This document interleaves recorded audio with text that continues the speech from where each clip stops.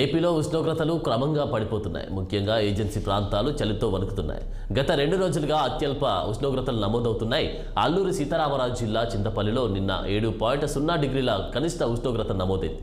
ఒక్కసారిగా ఉష్ణోగ్రతలు పడిపోవడంతో జనం చలికి గజగజ వణికిపోతున్నారు. ఇక పాడేరు మండలంలోని మినుములూరు కాఫీ బోర్డులో 9.1 డిగ్రీలు, పాడేరులో 10 డిగ్రీల ఉష్ణోగ్రత నమోదైంది. తెల్లవారుజామున 4 గంటల నుంచి ఉదయం 9 గంటల వరకు మన్యం మొత్తం పొగమచ్చుతో తడిసి ముద్దవుతుంది. కన్ను చించుకున్న పరిసరాలు కనిపించడం లేదు. దీంతో ఉదయం బయటకు రావాలంటే జనం భయపడుతున్నారు.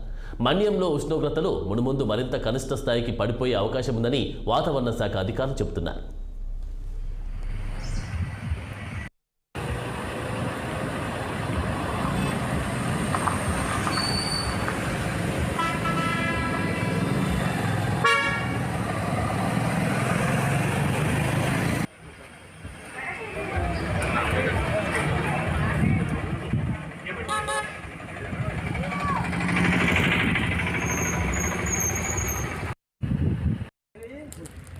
Hasta aquí la